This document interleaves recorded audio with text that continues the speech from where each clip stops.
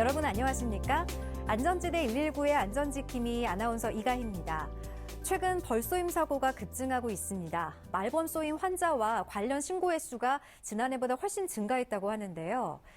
산이나 휴양지뿐만 아니라 도심 한복판 주택가까지 출현해 문제가 되고 있습니다. 과거에는 도시개발이 주로 건물을 짓는 데 중심을 뒀다면 최근에는 도시에서 공원과 같은 녹지 공간의 비중이 점차 늘어나고 있죠. 그에 반해 도시 외곽의 산림 면적은 도시 확장으로 인해 점차 줄어들고 있는 실정인데요. 따라서 서식지를 점차 잃어가는 말벌들이 도시 내 공원과 같은 녹지 지역으로 유입이 늘어나고 있어 주의가 요구됩니다. 일단 말벌에 쏘이면 붓고 열이 나기 때문에 쏘인 부위에 열을 식힐 물이나 얼음찜질을 하는 것을 권장하는데요. 말벌 알레르기가 있으신 분들은 가급적 산행은 피하고 처마 및 벌집은 건드리지 말아야 합니다. 혹시 벌집을 건드렸다면 재빨리 10m 이상 뛰어 자리를 피하는 것이 말벌에 공격당하지 않는 행동수칙이라고 합니다. 오늘 안전지대 119에서는 다양한 화재 사고에 대한 점검과 식중독 예방을 위한 위생안전관리에 대해서 알아보도록 하겠습니다. 먼저 안전이 필요한 곳이면 어디든 달려가는 든든한 시민지킴이 119 구조대와 함께 뜨거운 화재 현장부터 긴급 출동합니다.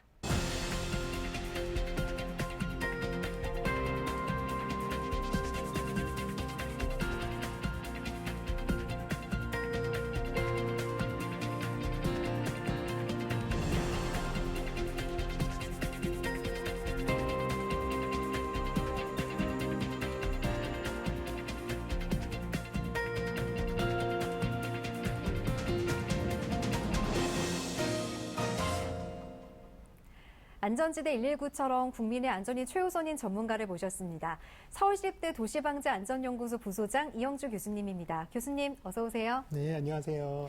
교수님, 이 집안에서 나는 화재 사고의 원인을 보면 보통 주방에서 불이 가장 많이 나잖아요. 그런데 얼마 전 뉴스를 보니까 김치냉장고에서도 화재가 잇따르고 있다고요. 그러니까 아무래도 김치냉장고를 사용하시는 분들은 특히 주의를 하셔야 될 것 같아요. 네, 맞습니다. 뭐 김치뿐만 아니라 채소, 뭐 과일 이런 것들을 다 보관하는 이 네. 김치냉장고 여기서 화재가 심심치 않게 발생을 하고 있어서요. 굉장히 주의를 요하는데요. 요즘에는 김치냉장고 없는 집이 거의 없잖아요. 그렇죠. 네, 이렇게 이제 편리하게 생각했던 이런 가전제품에서도 충분히 불이 날 수 있다는 걸 항상 염두에 두시고 안전에 신경을 쓰셔야겠습니다. 저녁 6시 52분 서울 강남구 압구정로에 있는 아파트에서 화재가 발생해 주민 70여 명이 긴급 대피하는 소동이 벌어졌습니다. 15층 베란다 밖으로 연기가 새어나오고 있는 상황. 119 소방대원들이 진압을 위해 불이 난 곳으로 급히 이동했는데요. 다용도실 안에서 시뻘건 불길이 무섭게 번졌지만 소방대원들의 신속한 진압으로 다행히 인명피해 없이 불은 10분 만에 완전히 꺼졌습니다. 경찰과 소방당국은 다용도실에 있던 김치냉장고에서 불이 시작된 것으로 보고 정확한 화재 원인을 조사 중입니다. 밤 9시 54분 서울 송파구 중대로에 있는 빌라에서 화재가 발생했습니다. 시뻘건 불길이 치솟고 있는 상황. 119 소방대원들은 도착 즉시 주민들을 대피시키고 가스와 전기를 차단한 후 진압에 나섰습니다. 다행히 주민들은 미리 대피해 인명피해는 없었는데요. 하마터면 큰 불로 번질 뻔한 위험한 현장이었습니다. 경찰과 소방당국은 화재의 정확한 원인을 다방면으로 찾고 있습니다. 밤 12시 47분 서울 노원구 수락산 입구에 있는 가판대에서 화재가 발생했습니다. 이 사고로 인명피해는 없었지만 노점상 가건물이 모두 불에 탔는데요. 경찰과 소방당국은 점포 내부에서 갑작스럽게 불이 난 원인을 조사 중입니다. 먹는 것이 중요해진 요즘이라서 그런지 이제는 집집마다 김치냉장고가 없는 집이 거의 없는 것 같아요. 그런데 영상에서도 봤듯이 김치냉장고에서 또 불이 났습니다. 다행히 인명피해는 없었지만 하마터면 큰일 날 뻔했는데요. 김치냉장고 화재 위험성이 그렇게 높은가요? 네, 그렇습니다. 최근 1, 2년간 김치냉장고의 화재 위험성은 꾸준히 이렇게 제기가 되어 왔는데요. 네. 국민안전처 통계에 따르면 2015년 1월부터 지금 현재까지 김치냉장고의 원인이 된, 이 화재의 원인이 된 건수가 132건에 달한다고 합니다. 이 중 사용한 지 10년 이상 된 이 노후화된 김치냉장고에서 불이 나는 경우가 많았는데요. 네. 김치냉장고는 한번 설치하고 나면은 웬만해서는 이동도 잘 하지 않고 그렇죠. 그 자리에서 계속 사용하게 되잖아요. 또 24시간 거의 연중 무휴로 계속 가동되기 때문에 네. 이 가동 과정에서 쌓이는 먼지나 습기 때문에 합선이라든지 모터의 과열로 이렇게 이제 이어지게 돼서요. 화재로 바로 발생될 수가 있겠습니다. 그러니까 먼지나 습기 때문에 이렇게 화재가 나게 되는군요. 간혹 주방이 아닌 베란다나 창고에 김치냉장고를 설치해 놓은 분들도 계시던데 그런 곳에 설치하면 아무래도 먼지가 더 많이 쌓이니까 주의를 해야 될 것 같아요. 네, 그렇습니다. 베란다라든지 창고에 김치냉장고를 이렇게 장시간 이렇게 네. 놓고 가동하게 되면은요, 화재 위험이 그만큼 커질 수밖에 없는데요. 김치냉장고 주변에 먼지가 많이 쌓여 있다면요, 깨끗이 닦아주셔야 되겠고요. 결로라든지 습기 이런 것들도 그때그때 제거를 해주셔야겠습니다. 근데 교수님, 이 먼지나 습기뿐만 아니라 김치냉장고 화재의 원인이 또 있다면서요? 네, 그렇습니다. 실제로 먼지라든지 습기가 1차적인 화재의 원인이라면요. 네. 화재가 발생한 이후에 이 이제 김치냉장고의 단열재인 이 우레탄 단열재가 굉장히 불에 잘 타는 물질이거든요. 게다가 타면서 유독한 물질들이 굉장히 많이 발생하기 때문에 네. 이 재료를 잘 타지 않는 어떤 재료로 교체를 해야 한다는 의견들도 많이 있습니다. 그리고 또 화재와 같은 안전사고 위험에 대한 우려 때문에 가전업계에서는 김치냉장고의 권장 사용 기간을 7년으로 명시를 하고 있는데요. 하지만 대부분의 어머님들은 이런 사실을 잘 모르시거나 네. 또 특별한 이상이 없으면 10년, 20년 이렇게 오랫동안 계속 사용하게 되죠. 그렇죠. 저희 집 김치냉장고도 연식이 한 10년은 된 것 같은데 제 주변에서도 보면은 김치냉장고를 자주 바꾸는 집은 거의 못 봤어요. 그냥 별 생각 없이 사용하시는 분들이 많으신 것 같아요. 근데 노후된 김치냉장고가 화재 위험성을 높이는 이유는 뭔가요? 네, 뭐 선뜻 와닿지 않은 뭐 정상적으로 잘 작동하는데 네, 뭐 이렇게 그러니까요. 선뜻 잘 이렇게 이해가 안 되시는 분들도 많이 있을 텐데요. 네. 이 노후된 김치냉장고는 전기 부품이라든지 배선 등의 이 절연 능력이 떨어지거나 또 이제 자체 환풍구가 이제 먼지 같은 것들로 막혀서 과열되면서 이렇게 화재가 발생하기 때문에요. 사용에 반드시 주의를 하셔야 되고요. 네. 또 정기적인 점검이라든지 청소 이런 것들도 또 빠짐없이 하셔야 되겠습니다. 네, 일단 김치냉장고에 이런 화재가 발생하지 않게 하기 위해서는 오래된 냉장고는 반드시 점검을 받으시고 냉장고 뒷부분도 주기적으로 청소를 해주셔야겠습니다. 그리고 또 그 밖에 어떤 안전사항을 지켜야 되나요? 네, 김치냉장고를 설치할 때는요, 열이 잘 빠져나갈 수 있도록 하고요. 또 배선이 잘 꼬이지 않도록 네. 벽면과 적당한 이격거리를 확보하셔야 되는데요. 주먹 하나 정도 혹은 또 페트병 하나 정도가 이렇게 넉넉히 네. 들어갈 정도의 공간을 확보하시는 게 좋겠습니다. 네, 자 이렇게 김치냉장고의 화재 원인과 또 예방 방법에 대해서 알아봤는데요. 가정의 필수품 김치냉장고 안전하게 사용하지 않는다면 화재로 이어진다는 사실 꼭 명심하시길 바라고요. 당신이 무심코 넘기는 괜찮겠지라는 안일한 생각이 큰 화재를 불러일으킬 수 있습니다. 오전 8시 56분 서울 은평구 서원흥로 구산 사거리에서 레미콘 차량이 가로수를 들이받은 사고가 발생했습니다. 서원흥에서 구산 사거리 방면으로 주행 중이던 레미콘 차량이 앞에 정차돼 있던 승용차를 피하려다 사고가 난 건데요. 이 사고로 운전자가 부상을 입어 인근 병원으로 옮겨졌습니다. 경찰은 사고 당시 레미콘 차량의 브레이크가 작동하지 않았던 것으로 보고 정확한 사고 경위를 조사하고 있습니다. 아침 7시 42분 서울 송파구 외곽순환도로에서 4중 추돌 사고가 발생했습니다. 서안암 나들목 진출 전 100m 지점에서 2톤 차량 한 대가 차로를 변경하다 1톤 트럭과 부딪히면서 뒤따라오던 차량들이 연쇄적으로 추돌한 사고인데요. 이 사고로 4명이 중경상을 입고 인근 병원으로 긴급 이송됐습니다. 오후 4시 38분 서울 송파구 올림픽대로에서 사고가 발생했습니다. 앞서 가던 SUV 차량을 뒤따라오던 트럭이 들이받아 트럭 운전자가 핸들에 다리가 끼었는데요. 급히 출동한 119 구조대가 들것과 목보호대 등 장비를 이용해 안전하게 구조한 후 인근 병원으로 이송했습니다. 네, 교수님, 이 고속도로에서 추돌 사고나 또 내리막길에서의 위험천만한 사고를 분석해 보면은 브레이크 파열, 즉 제동 장치가 문제인 경우가 많은 것으로 집계가 되고 있는데요. 브레이크가 파열되는 원인과 또 대처법에 대해서 알려주세요. 네. 얼마 전에 충주에서 화물차가 승용차를 덮친 아주 아찔한 사고가 있었는데요. 네. 또 부산에서도 운전자를 제한 일가족이 교통사고를 당해서 사망해서요. 주의를 안타깝게 하고 있는데요. 네. 이 두 경우 모두 브레이크 파열 혹은 제동장치의 문제로 사고가 난 것으로 이렇게 확인되고 있습니다. 네, 정말 안타까운 사고가 이어지고 있는데요. 브레이크 사고, 대체 왜 일어나는 걸까요? 네, 자동차 브레이크 장치는요, 정말 생명과 직결되는 이 제동장치라고 말씀드릴 수가 있겠는데요. 네. 이 브레이크를 너무 자주 밟거나 또 경사로에서 연속적으로 사용하는 경우에 브레이크에 무리가 오게 되는데요. 이러한 경우에 이제 특히 내리막길 같은 곳에서 브레이크를 계속해서 사용하다 보면은요, 네. 브레이크 페이드 현상이라든지 베이퍼록 현상 이런 것들이 이제 발생을 해서 브레이크가 제 기능을 제대로 하지 못하는 그런 경우들이 많이 발생을 합니다. 그렇게 되면 끔찍한 사고로 이어질 수밖에 없겠죠. 근데 좀 어려운 용어가 나와서 그러는데 브레이크 페이드 현상과 베이퍼로 이 현상이 뭔가요? 네, 쉽게 설명을 좀 드릴게요. 네. 베이퍼로 현상이라는 것은 길게 이어지는 이 내리막길에서 지나친 브레이크 사용으로 인해서 차 바퀴 앞부분에 네. 이렇게 마찰열이 이제 일어나게 되면서 브레이크 파이프 속이라든지 휠 실린더의 오일이 이렇게 기화가 되면서요. 브레이크 회로 안쪽으로 공기가 들어간 것처럼 이렇게 기포가 형성이 되게 되거든요. 네. 이럴 때 브레이크를 밟게 되면 네. 마치 이제 스펀지를 밟은 것처럼 브레이크가 푹푹 꺼지면서 브레이크의 오작동이 일어나게 되는 이러한 현상을 베이퍼로 현상이라고 합니다.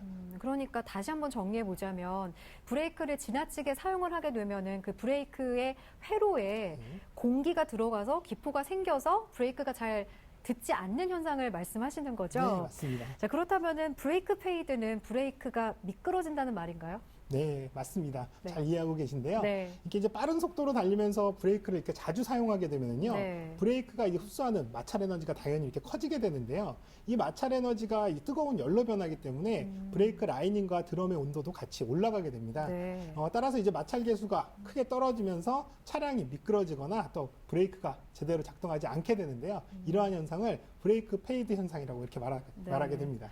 네, 이 브레이크가 말을 듣지 않는다는 것은 다시 말하면 사고가 일어날 수밖에 없다는 거잖아요. 브레이크 이상으로 인한 사고를 당하지 않으려면 어떻게 해야 하나요? 예, 뭐 당연히 차량 정기 점검은 물론이고요. 네. 브레이크를 자제하면서 차량을 잘 제동하는 방법은 이 엔진 브레이크를 잘 사용하는 이런 방법인데요. 네. 내리막길에서 이렇게 발로 밟는 풋브레이크를 계속해서 밟으면서 이렇게 내려가는 이런 방법은 좀 지양을 하고요. 네. 이럴 때는 엔진 브레이크를 걸어서 브레이크에서 발을 떼고 천천히 내려갈 수 있는 방법을 선택하시는 게 좋겠습니다. 네. 그리고 이렇게 피치 못하게 제동이 안 걸린다 싶으시면요. 주변에 가이드레일이라든지 또 이렇게 부딪혀서 멈출 수 있는 곳으로 주행을 하셔서요. 이렇게 천천히 이렇게 좀 충격을 완화하면서 부딪히시는 것이 부상을 덜할 수 있는 좋은 방법이라고 할 수 있겠습니다. 네. 차량이 달리는 것보다 더 중요한 거는 안전하게 서는 거죠. 내 차의 제동 장치는 이상이 없는지 주기적으로 잘 점검을 해주시고요. 제동이 안 걸린다 할 때는 가드레일과 같이 옆으로 부딪혀서 설 수 있는 곳으로 운행하시기 바랍니다. 아침 6시 50분 서울 강서구 하늘길 아시아나항공 기내식 물품 창고 천장이 붕괴되는 사고가 발생했습니다. 낙뢰로 인해 천장 일부가 함몰된 사고인데요. 119 소방구조대는 현장 도착 즉시 주변 통제를 시작하고 창고 건물 내에 인명피해가 있는지 확인하는 등 안전조치를 취한 결과 다행히 인명피해 없이 천장 200제곱미터가 무너진 것에 그쳤습니다. 오후 4시 44분 서울 강남구 테헤란로 인근 전봇대에 남성이 위태롭게 매달려 있습니다. 이 남성은 전봇대 아래에 떨어진 까치를 둥지에 올려놓기 위해 전봇대를 오르다가 고립됐는데요. 수많은 전깃줄이 얽혀 있어 감전의 위험으로 구조가 시급한 상황입니다. 남성은 다행히 119 구조대에 의해 안전하게 구조됐는데요. 전깃줄이 얽혀 있는 전봇대에 작업자가 아닌 일반인이 오르는 일은 없어야겠습니다. 오전 9시 5분 서울 은평구 서운흥로 빌딩 앞 도로에서 재활용품 수거용 집게차 붐대가 통신 케이블에 걸려 차량이 전도될 위험에 빠졌습니다. 급히 출동한 구조대가 걸린 줄을 안전하게 풀어 다행히 인명피해는 없었지만 잠시 일대 통신이 끊어지는 사고가 발생했습니다. 트럭 크레인 운전자는 크레인 작업 후 붐대를 접는 것을 깜빡 잊고 운행하다 이 같은 사고가 났다고 밝혔습니다. 전신주, 그러니까 전봇대 전기 공사를 하다가 작업자들이 안타깝게 목숨을 잃는 사고가 많이 발생하고 있습니다. 이런 사고를 막기 위한 방법은 없는 걸까요? 네, 최근 한국전력이 전봇대 전기 공사 시에 안전 문제로 지적되어 온 직접 활성 공법을 사실상 폐지하는 절차에 들어갔는데요. 네. 그동안 한전은 경제성을 이유로 이 공법을 고수해 왔는데요. 감전 사고가 끊임없이 일어나고 있어서 이를 예방하기 위한 방법에 나선 것으로 볼 수 있겠습니다. 네. 오늘 좀 어려운 용어가 자주 등장하는데 직접 활성 공법이라는 말이 잘 이해가 되질 않아요. 그동안 어떤 방법으로 공사가 이루어졌던 건가요? 네, 쉽게 말씀을 드리자면 단전을 하지 않은 채로 시공을 하는 방식을 말하는데요. 네. 2001년에 도입된 방식으로 이 단전을 하지 않고 전기 공사를 하게 되는데요. 이 원가가 절감돼서 굉장히 좋은 평을 이렇게 받아왔습니다. 네. 하지만 계속해서 감전 사고가 일어나고 있으니까 이를 폐지한다고 밝힌 건데요. 네.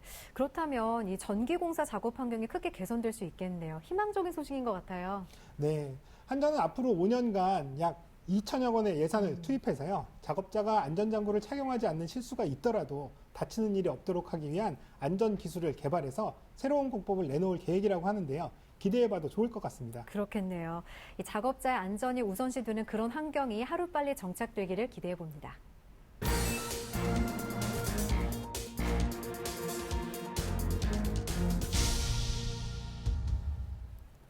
우리들의 안전생활을 위해 안전수칙을 속속들이 짚어보는 안전연구소 알아야 산다 시간입니다. 교수님, 요즘 같은 날씨에 조심해야 되는 질환이 있죠. 바로 식중독이 아닐까 싶어요. 오늘은 자칫 방심하다가 병원 신세를 지게 될 수도 있는 식중독의 모든 것에 대해서 알려주신다고요? 네, 요즘같이 더운 날씨에는 음식이 잘 상하고요. 네. 또 식중독을 유발하는 균들이 번식하기 굉장히 쉬운데요. 기력이 떨어졌다 싶으면요, 더욱더 위생관리에 철저히 해야 식중독을 피할 수 있습니다. 그렇다면 교수님, 식중독은 왜 걸리고 걸렸다 하면 증상은 어떻게 나타나게 되나요? 네, 식중독의 원인과 증상에 대해서 정확히 알려드리도록 하겠습니다. 네, 식중독은 살모넬라나 노로바이러스 등 식중독을 유발하는 세균이나 독소에 감염되어 오염된 음식을 섭취한 후에 24시간 이내 설사, 복통, 발열 등과 같은 증상을 동반하는 경우를 말합니다. 또 장염도 대장이나 소장에 염증이 생긴 상태를 말하는데요. 대개 음식과 관련이 있고 증상이 유사하기 때문에 식중독과 비슷한 의미라고 보시면 됩니다. 네, 식중독은 음식물의 세균에 의해서 오는 경우가 많다고 보면 되겠네요. 그러면 음식물 관리를 철저히 하고 또 위생도 항상 신경 써야겠습니다. 네, 급식을 한 학생들이 단체로 식중독 증세를 나타내서 이렇게 입원을 하는 경우들이 늘고 있는데요. 네. 게다가 올해는 더위가 길어져서 콜레라균까지 번지고 있다고 하니까요. 음식물 관리에 더욱 더 신경을 쓰셔야 합니다. 네. 식중독을 예방하기 위한 안전수칙에 대해서 동작소방서 119 소방대원님이 자세히 알려주시겠다고 합니다. 식중독을 예방하기 위한 안전수칙을 알려드리겠습니다. 식기세척 시에는 도마나 칼 등에 묻은 세균을 없애기 위해 뜨거운 물과 세제를 이용해 식기를 청결히 닦아줍니다. 세척 후에는 소독기에 식기류를 넣어 세균을 잡아주는 것도 좋은 방법입니다. 나들이 시 음식물을 보관할 때에는 꼭 아이스박스를 이용하십시오. 아울러 햇빛을 피해 보관하고 최대한 빠른 시간 내에 음식을 섭취하시기 바랍니다. 채소나 과일의 경우 흐르는 물에 깨끗이 씻은 후 식초물에 담갔다가 섭취하시는 것이 좋습니다. 남은 채소나 과일은 비닐팩에 넣어 냉장 보관하시기 바랍니다. 육류는 냉장고 안쪽에 넣어 문을 열고 닫을 때 발생하는 기온 차이를 최소화하시기 바랍니다. 더운 날씨의 음식은 꼭 익혀 드셔야 한다는 것도 기억하시기 바랍니다. 네, 식중독을 예방하기 위해서는 도마, 칼, 식기세척기의 청결이 무엇보다 중요하겠습니다. 또 나들이 갈 때는 반드시 아이스박스에 음식물을 넣어서 보관하는 것도 중요할 것 같네요. 네, 또 육류는요 쉽게 세균이 번식되기 때문에요 온도 차이를 최소화할 수 있는 냉장고의 안쪽에 가급적 보관하시는 것이 좋겠습니다.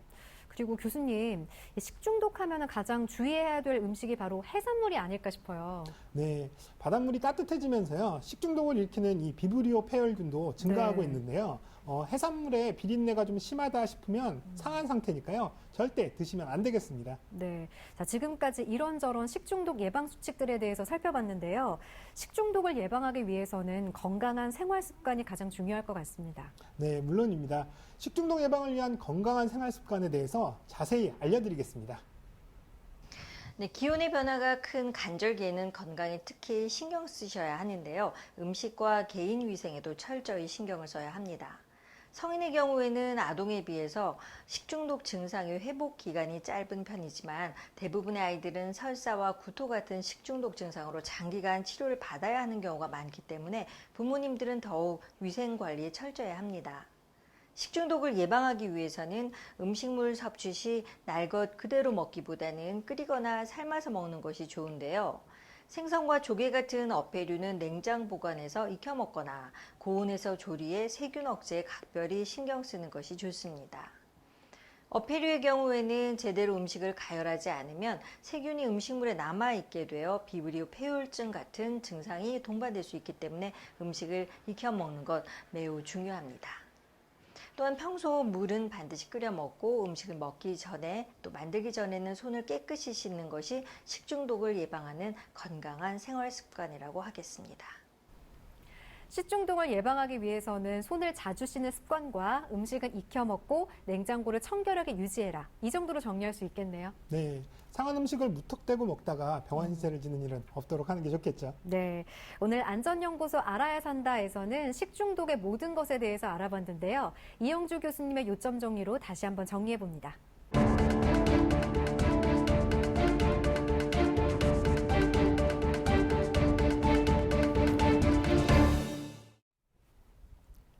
자칫 방심하고 위생관리에 소홀했다가는 식중독에 걸릴 수 있습니다. 식중독 예방을 위한 건강한 습관 다시 한번 알려드립니다. 오염된 음식이나 물을 섭취한 후 24시간 이내에 발열과 복통, 설사가 동반된다면 식중독을 의심할 필요가 있습니다. 식중독은 대부분 음식과 관련이 있어서 위생에 무엇보다 신경을 써야 하는데요.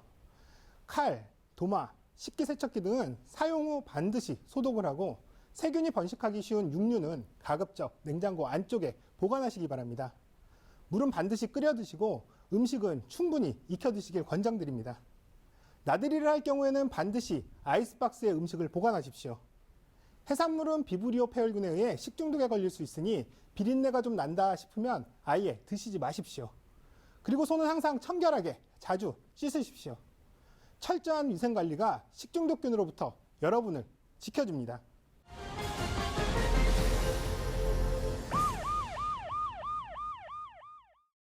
어린이가 있는 가정에서는 블라인드의 안전성도 꼼꼼히 따져서 구매하셔야겠습니다.